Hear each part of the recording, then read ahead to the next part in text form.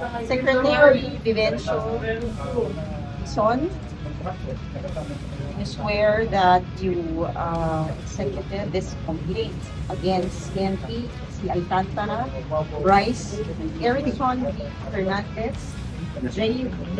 Mendoza, and others for violation of Republic Act number 39 anti-graft of corrupt practices Act, Article 217 of the Revised Penal Code, malversation of public funds in relation to Articles 171 of the Revised Penal Code, Republic Act number 9184, and other practical laws. You swear that you voluntarily executed this complaint. Yes, I do. You swear that the contents of this complaint are true. Yes, I do.